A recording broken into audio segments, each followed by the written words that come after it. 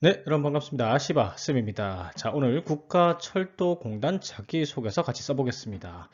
유튜브 영상에서 항목 분석 예상평가 지표 작성 전략 말씀드리는 거 알고 계시죠? 그리고 영상 하단 고정 댓글 링크 따라가시면 제 블로그가 있죠. 블로그에 작성 템플릿하고 예시가 있으니 참고해서 완성하시면 되겠습니다. 자, 그러면 지금부터 시작합니다.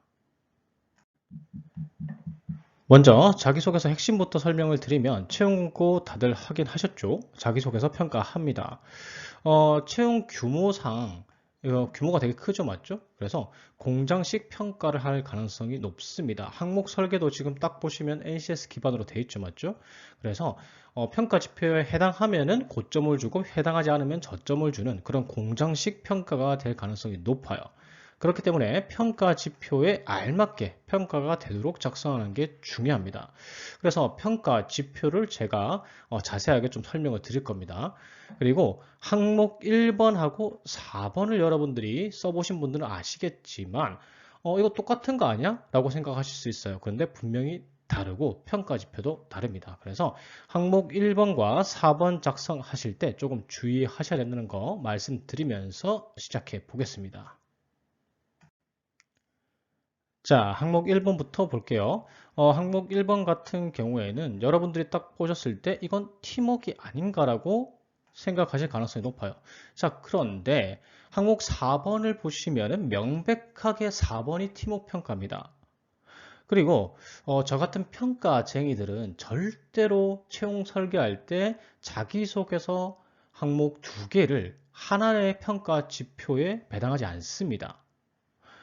왜냐하면 이 1번 항목은 평가지표 A에 매칭하고 2번 항목은 평가지표 B에 매칭하고 이런 식으로 평가를 하는 게 평가위원들을 교육시키기도 편하고요. 그 다음에 평가도 빠르게 진행이 됩니다. 그런데 평가 항목 1번, 2번, 그러니까 자기소개서 항목 1, 2번이 둘 다 A 평가 지표에 해당이 된다. 이러면 굉장히 평가상 혼란이 많고 평가위원들 교육시키기도 힘들어요. 실컷 교육시켜놨는데 또 물어보고 또 물어보고 그렇게 한단 말이죠. 그래서 항목 4번이 팀워크이기 때문에 항목 1번은 절대로 팀워크가 아닙니다. 그래서 제가 과연 이 항목이 무엇을 평가하려고 하는 지표인가 분석을 많이 해봤는데 선뜻 답이 안 나오더라고요. 그런데 예전에 이 국가철도공단의 항목들을 보니까 이게 확실하게 조직 적합도 평가 항목이라고 결론을 내렸습니다. 왜냐하면 항목 1번이 생기면서 빠진 항목의 키워드들이 바로 도전입니다. 인재상 중에서 도전과 관련된 인재상이 있죠. 그래서 그 항목, 도전에 관련한 항목이 자기소개서 항목이 빠지고 항목 1번이 들어왔어요. 그리고 능동적 그리고 목표 키워드가 나왔습니다. 그래서 이건 이 국가철도공단의 이 인재상에 해당하는지 안 하는지 이 혁신인재에 해당하는지 안 하는지 평가하는 조직 적합도 평가 항목이라고 저는 결론을 내렸습니다. 국가철도공단의 핵심 가치 그리고 인재상을 살펴보시면 이런 내용이 있죠. 혁신이 있고 그다음에 여기 보시면은 환경의 변화를 통찰하고 융합해서 업무를 하는 인재, 도전하는 인재인데 이걸 해석을 하면은 환경 변화에 따라서 목표를 세우고 달성할 수 있는 사람인가가 바로 혁신 인재입니다. 뭔가 새로운 아이디어를 내는 게 혁신 인재가 아니라 계속 도전하고 환경 변화에 따라 갈 수 있는 사람인지 아닌지를 평가하는 거죠. 그래서 이 항목 1번은 조직 적합도 부분에서 이 혁신 인재에 포함되는 사람인지 아닌지를 평가할 겁니다. 자, 항목 1번 작성 전략 이제 말씀을 드리면은 도전과 관련된 키워드가 빠지고 이 항목이 들어왔다고 했죠. 그래서 혁신 인재를 평가하는 건데 이런 내용이 들어가면 됩니다. 어떤 환경 변화가 있습니다. 예를 들면 이런 게 환경 변화예요. 만약에 조별 과제를 하는데 조원 중 한 명이 여자친구랑 헤어졌습니다. 분위기 최악이죠. 이런 것도 환경 변화예요. 그리고 만약에 내가 뭐 어떤 시험이 있었는데 시험 범위가 갑자기 변했다. 이런 것도 환경 변화입니다. 그러면 그렇게 환경이 변하면 여러분들의 세부 목표, 세부 목표 같은 것들도 변할 거고, 만약에 팀일 경우에는 여러분들의 이제 역할도 변할 겁니다. 그거에 따라서 맞춰서 행동해야 되겠죠, 맞죠? 그래서 이런 변화, 환경 변화에 따라서 그 경험 속에서 빠르게 목표 수립을 하고 달성했던 경험, 요걸 갖다가 적으시면 됩니다. 즉, 환경 변화에 따라서 목표를 변경하거나 세부 목표를 수정해서 다시 인식해서 문제를 해결했던 경험, 목표를 달성했던 경험을 적으시는 거예요. 항목 4와 다른 점은 팀워크 같은 경우에는 팀의 목표 달성에서 부족한 부분은 보완하는 거고, 항목 1번 같은 경우에는 변화에 따라서 여러분들이 능동적으로 목표를 수정하고 목표를 수립하고 그것을 달성하는 것, 그것의 차이입니다. 자, 그럼 작성 플롯 이제 알아봐야겠죠? 첫 번째는 무조건 두 갈씩이죠. 급격한 환경 변화에서 꼭 급격할 것까지는 없어요. 환경 변화만 들어가도 됩니다. 그래서 환경 변화가 있었는데 스스로 제가 그 환경 변화에 따라서 목표를 세우고 달성한 경험이 있습니다. 이렇게 평가 요소가 될 만한 걸 두 갈씩으로 다 때려 넣습니다. 자, 그 다음 스토리 진행이죠. 어떤 환경 변화가 있었고요. 그 환경 변화 속에서 내가 스스로 역할을 인식하거나 목표를 수립해가지고 그 다음에 목표 달성을 하기 위해서 노력한 결과 목표를 달성했습니다. 그래서 국가철도공단에서 이 능동적으로 목표를 인식하는 게 이러이러해서 중요한데 저는 그렇게 하겠습니다. 이런 플롯으로 작성하십니다. 자, 예시 볼까요? 첫 줄에서 두 가지식으로 평가가 될 만한 부분, 능동적으로 환경 변화에 따라서 능동적으로 목표를 세우고 달성했던 경험. 자, 이 평가가 될 만한 부분을 다 적습니다. 자, 그 다음에 환경 변화죠. 여기서는 뭐냐면 코로나19 때문에 이 공모전의 제출 일자 자체가 미뤄졌다는 얘기입니다. 환경이 변화했죠. 그러면 이 환경 변화에 따라서 역할 변화나 아니면 본인이 할 수 있는 일이 생길 겁니다. 그래서 이 시간은 많아졌죠. 이미 자료는 다 완성했는데 그래서 스스로 역할을 인식한 결과 근거 자료가 부족했다. 그러니까 이 남은 기간 동안 환경 변화에 따라서 이 남은 기간 동안에 나는 자료 보충을 하겠다는 목표를 세웠고, 맞죠? 목표 이제 세운 것까지 나왔고, 그래서 이렇게 자료 수집하고 노력을 했습니다. 그 결과 목표를 달성했습니다. 이런 식으로 가는 거죠. 그래서 환경 변화에 따라서 내가 목표를 수립하고 노력해서 목표를 달성한 경험, 그렇게 적으시면 됩니다. 나머지 내용 같은 경우, 이 뒷내용 같은 경우에는요, 제 블로그에 있으니까 참고하시길 바랍니다. 자, 항목 2번 같은 경우, 한 번 보고 두 번 보고 세 번 봐도 이건 문제 해결 능력입니다. 문제를 해결한 경험을 말해달라고 직접적으로 묻고 있잖아요. 자, 그런데 여기에 보시면은 과거의 방식을 반복하지 않고가 중요합니다. 자, 이게 무슨 말이냐면 문제 해결 능력의 심화 능력을 보유하고 있는지 물어보는 거예요. 여기 밑에 보시면요. 이게 문제 해결 능력의 평가 기준입니다. 성취 기준인데, 심화 보시면은 새로운 방식을 고안한다라고 딱 나와 있죠. 그래서 심화 수준을 보유하고 있는지 아닌지를 평가하기 위해서 항목 2번이 존재하는 겁니다. 그래서 항목 2번의 작성 전략은요, 간단해요. 자, 문제 해결 과정에서 원래 이제 그 문제를 해결하던 방식이 있었을 겁니다. 그 방식과 다른 새로운 방식, 물론 더 좋은 방법이어야겠죠, 맞죠? 기존의 방법보다 좀 더 좋은 방법이어야 되고, 그런 방법을 사용해서 문제를 해결한 경험만 제시해 주시면 됩니다. 그래서 이 항목 2번 같은 경우에는 여러분들이 경험을 잘 선택하셔야 된다는 거, 그래서 그 선택한 경험을 가지고 문제 처리 능력의 문제 처리 과정 있죠, 프로세스 그대로 작성해 주시면 됩니다. 작성 플롯 첫 번째로 새로운 방식으로 문제를 해결한 경험이 있다라고 평가 요소가 될 만한 건 두 가지로 다 때려봤고요.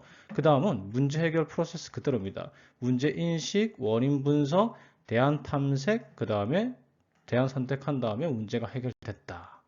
자, 그래서 입사 후에도 나는 새로운 방식으로 문제를 해결하는 그런 접근법, 태도로 회사 생활에 임하겠습니다. 이런 식으로 마무리를 하면 되겠죠.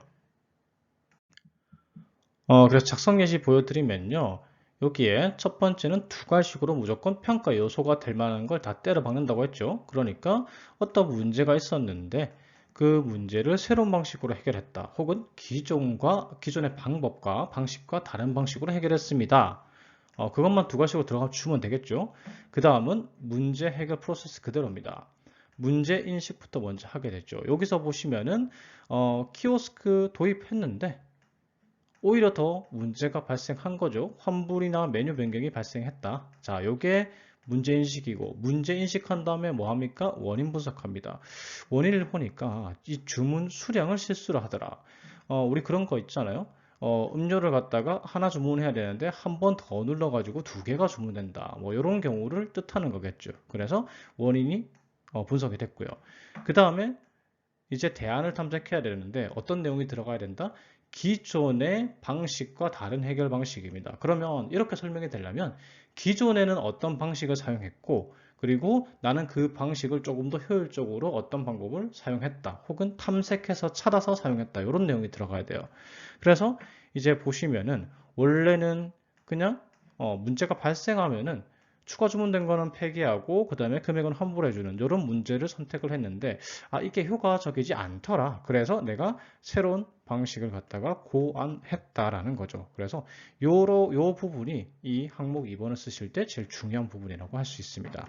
자, 뒷내용 같은 경우에는 블로그에 있으니까 참고하시면서 작성하십시오. 항목 3번 같은 경우에도 크게 어렵지 않습니다. 이건 누가 봐도 직업윤리입니다. 자, 근데 여기서 여러분들이 주의하실 건요. 직무 중심으로 작성하셔야 됩니다. 보통 이 직업윤리를 평가하는 항목이 나올 때 평가지표가 이 공직자로서 근무하기에 충분한 직업윤리를 보유하고 있는지 이걸 평가할 때도 있고 아니면은 이 지원 직무로 근무하기에 충분한 직업윤리를 보유하고 있는지 이걸 평가하는 경우 두 가지로 나옵니다. 그러니까 그냥 공직윤리를 평가하는 것인가 아니면 직무상 필요한 직업윤리를 요구하는 것인가 이 둘 중에 하나가 평가지표가 돼요, 보통. 그래서 여러분들이 어떻게 적으셔야 하냐면요. 직무기술서부터 여러분들 확인하십시오. 여러분들이 지원한 직무기술서가 있겠죠. 그 직무기술서에서 요 키워드들, 직업윤리 키워드들 중에서 있는 걸 바탕으로 작성하셔야 됩니다. 그런데 국가철도공단의 이제 직무기술서, 각 직무의 직무기술서를 다 살펴보시면요. 대부분 다 들어가 있는 게 거의 전부 다 들어가 있습니다. 전부 다 원칙 준수, 규정 준수, 그러니까 준법성 키워드가 다 들어가 있어요. 그래서 이번 3번 항목은 준법을 선택해서 작성을 하시는 게 좋은데 이 준법이 규칙을 지키는 거잖아요. 맞죠? 규칙을 지키는 건데 항상 제가 말씀드리지만은 규정 준수 사례의 경우에는 내가 어려운 상황, 규칙을 준수하기 힘든 상황에서도 규칙을 준수했다. 이런 것만 들어가면은 그냥 평이한 평가를 받습니다. 자, 그런데 나도 시켰고 다른 사람들, 내 옆에 있는 주변 동료들까지 지키게 만들었다라고 하면 이건 굉장히 높은 평가를 받습니다. 그래서 여러분들의 작성 전략은 준법성을 키워드로 잡으시되 나만 지킨 사례가 아닌 다른 동료들도 지키게 만들었던 사례를 바탕으로 작성하시면 이 3번 항목은 높은 평가를 받으실 수가 있습니다. 그래서 작성플로 말씀드리면 제가 이제 저희 원칙은 무엇입니다. 우린 준법성으로 쓰기로 했죠. 맞죠? 그래서 그렇게 적고 두 가지식으로 이제 상황이 나와야 되겠죠. 규정 원칙을 지키기 힘들었던 상황을 제시하고요. 그 다음에 그럼에도 불구하고 나는 규칙을 준수하였고 그뿐만 아니라 주변의 동료들도 지키게 만들었다. 그리고 입사 후에도 이런 태도를 유지하겠습니다. 이런 식으로 작성 플롯을 하시면 됩니다. 예시 볼까요? 처음은 두 갈식으로 키워드 제시해야 되겠죠? 우린 준법성으로 쓰기로 했어요. 그래서 제가 뭐 평소에 지키는 원칙은 준법성입니다. 여기서 이런 부분까지 들어갔죠? 저도 원칙 준수를 하지만은 주변의 동료들도 지킬 수 있게 만드는 것이 저의 원칙입니다. 이런 식으로 적은 거예요. 높은 평가를 받을 수 있게. 그래서 두 갈식으로 적었고 그 다음에 관련한 경험이 있습니다. 자, 이런 식으로 첫 번째는 두 가지식으로 적었고, 그 다음에는 규칙을 지키기 어려웠던 상황 설명을 해야 되겠죠. 그래서 이런 식으로 무더운 날씨 때문에 안전 장비를 차는 것 같다가 조금 지키기 힘들었습니다. 상황 설명을 한 거고, 그 다음에 어떤 내용? 나도 규칙을 지켰고, 그 다음에 동료들도 지키게 만들었다는 내용이 쭉 따라 나오면 되겠죠. 그래서 마무리로 이런 태도를 유지하겠습니다. 이런 태도를 직무에 반영하겠습니다. 이런 내용으로 마무리하시면 됩니다. 뒷내용은 블로그에 쓰니까 참고하셔가지고 작성하시면 되겠죠. 자, 벌써 항목 4번입니다. 항목 4번 같은 경우 이건 누가 봐도 팀워크입니다. 팀워크. 지금 내용 자체가 팀워크 중에서도 상급 심화 수준을 원합니다. 팀워크 능력의 심화 수준이 이거거든요. 이제 조직의 목표에 분명히 부족한 부분이 있을 겁니다. 이 부족한 부분을 스스로 인지해서, 그러니까 안 시켜도 부족한 부분을 보완을 위해서 스스로 노력을 하는 사람을 팀워크 능력의 심화 수준이라고 얘기를 합니다. 그래서 요런 사례를 가지고 있습니까? 물어보는 건데, 사실 다 이렇게 적겠죠, 맞죠? 다 이렇게. 그래서 지원자 간의 편차가 거의 없는 항목이고, 사례만 요 위에 내용에 해당하도록 고르시면요, 크게 여러분들 평가상에 불이익도 없고 이익도 없습니다. 지원자 간의 편차 거의 없어요. 작성 플롯 말씀드리면 첫 번째 줄은 바로 두 갈식으로 평가될 만한 부분, 평가에 용이하도록 평가될 만한 부분을 다 넣어야 되겠죠? 그래서 어떤 경험이 있고요. 그 경험에서 팀에 어떤 목표가 있었는데 이 부족한 부분을 스스로 능동적으로 인식해서 주도적으로 보완한 경험이 있습니다. 라고 두 갈식으로 평가될 만한 부분을 다 때려박습니다. 그 다음에 이제 그 당시에 어떤 문제가 있었다. 혹은 팀의 목표가 무엇이었는데 목표를 달성하기에 어떤 부분이 부족했습니다. 그래서 나는 그 부족한 부분을 채우기 위해서 어떤 역할을 해야 되겠다고 생각을 했고 노력을 했죠. 그래서 목표를 달성했습니다. 그래서 이러한 팀워크 능력을 입사 후에도 잘 발휘하겠습니다. 자, 이런 식으로 플롯을 완성하시면 됩니다. 예시 볼까요? 자, 예시 첫 번째로 평가될 만한 부분 다 때려 박습니다. 어떤 경험이 있었고요. 목표 달성에 어떤 부족한 부분이 있었는데 능동적으로 파악해서 주도적으로 보완한 경험이 있습니다.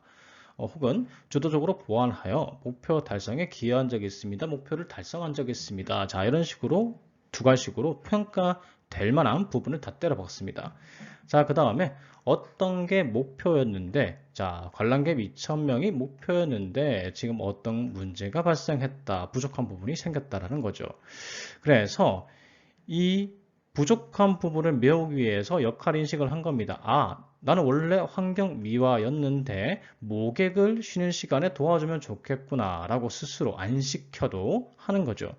자, 그래서 이렇게 노력을 한 끝에 역할 인식을 하고 한 끝에 기여해서 2,000명이란 목표를 달성했습니다.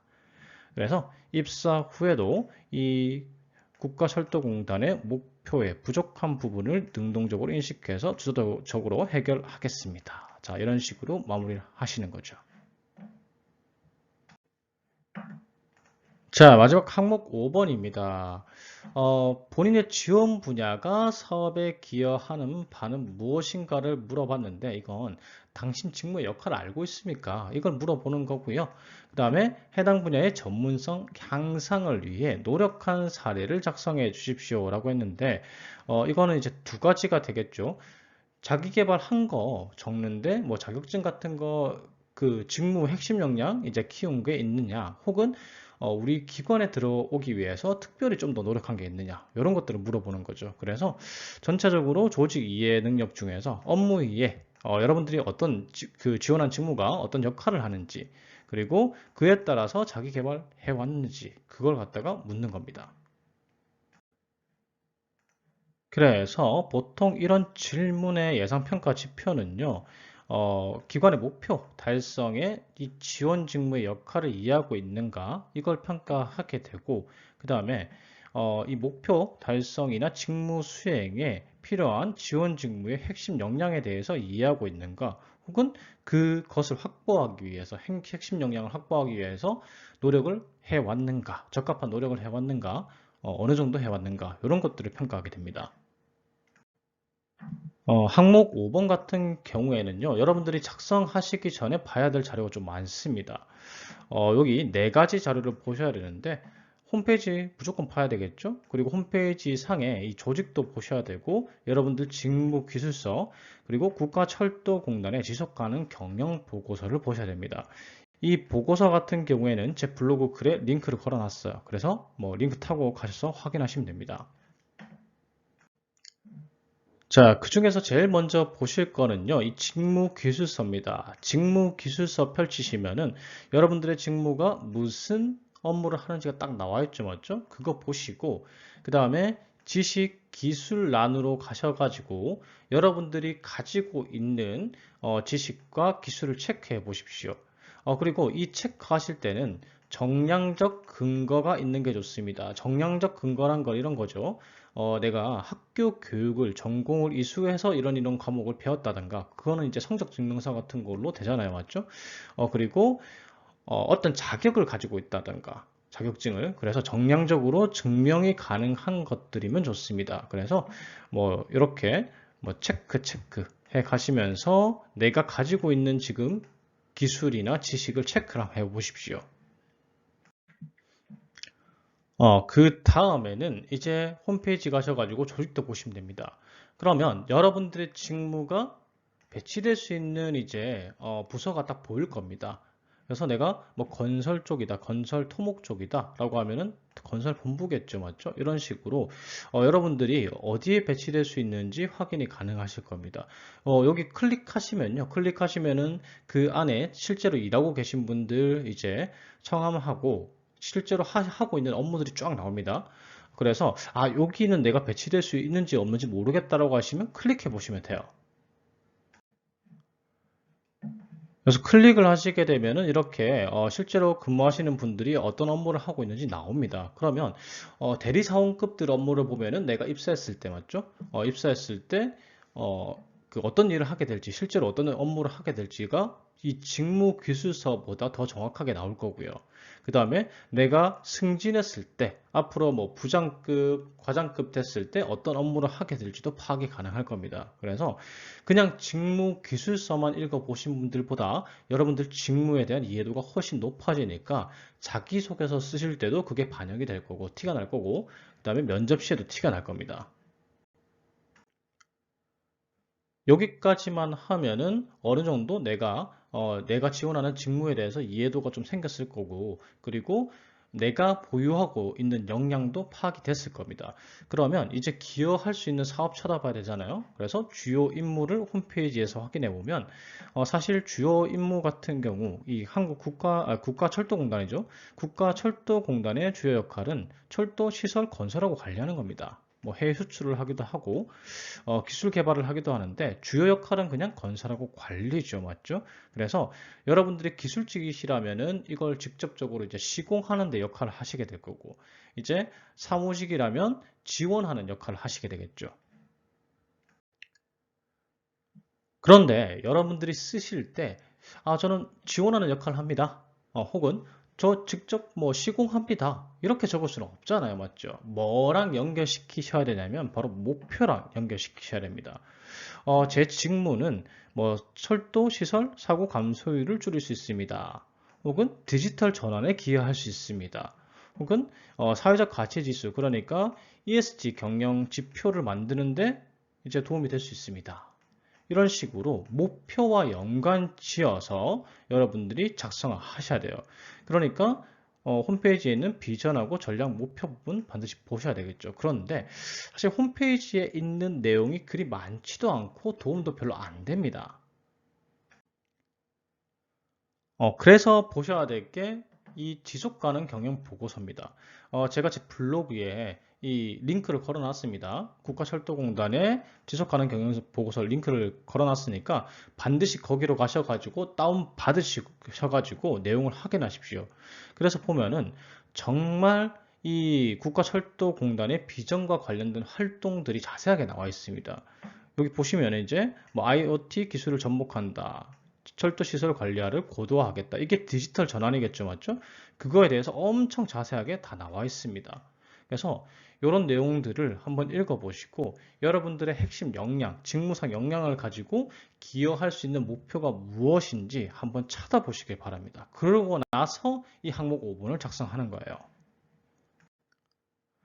여기까지 만약에 안 됐다면 여러분들 쓰기 굉장히 힘들 겁니다. 그런데 제가 말씀드린 과정을 거치고 나면요, 적기 굉장히 쉽습니다. 작성 플롯 이렇게 하시면 돼요.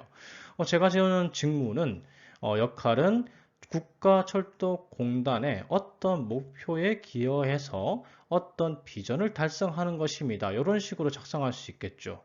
기여할 수 있는 거니까. 그래서 이런 목표에 내가 기여하기 위해서는 내 지원 직무에서는 이러이러한 역량이 필요합니다. 중요합니다. 그런데 저는 그걸 가지고 있죠. 그리고 그것을 가지기 위해서 노력을 이렇게 했습니다. 그러므로 나는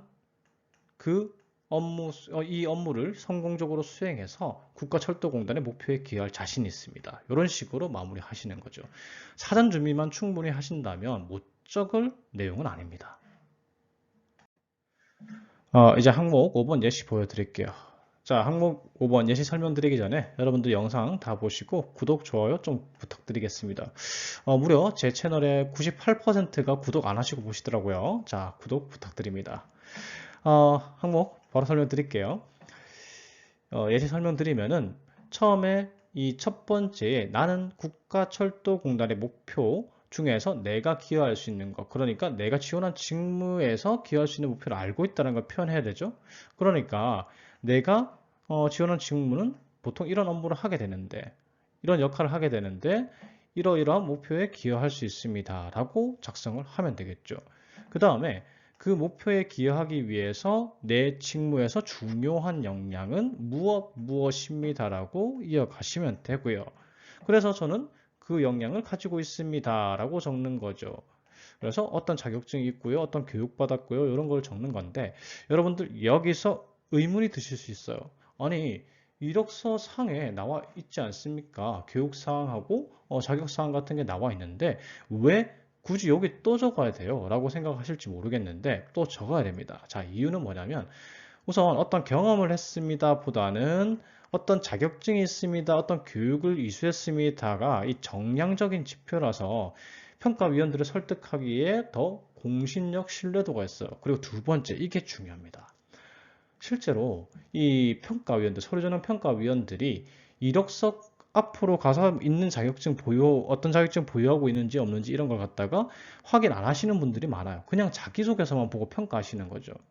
그래서 이제 적는 거고, 실제로 이제 채용상에서도 만약에 인쇄물로 제공될 경우에 이력서 안 주어지고 그냥 자기소개서만 주어지는 경우도 많고요. 평가위원들에게. 웹으로 구성되어 있더라도 자기소개서 보려면 따로 클릭을 하고 이력서 보려면 따로 클릭하고 이렇게 해야 되는 경우가 많아요. 그렇기 때문에 이렇게 여러분들께서 적어주시는 게 그 항목에다가 어떤 자격증을 가지고 있다고 적어주시는 게 좋습니다. 자, 그래서 어떤 역량을 필요로 하는데 이러이러한 역량을 가지고 있고 그 증거는 무엇입니다. 그래서 이러한 역량을 가지고 있으니까 저는 이 일을 잘 할 자신이 있고 목표에 기여할 자신이 있습니다가 뒷내용에 나오겠죠. 자, 여기 뒷내용은요, 제가 블로그에 올려놨으니까 보시면서 완성하시면 되겠습니다. 여러분들 지금부터 완성 시작하십시오.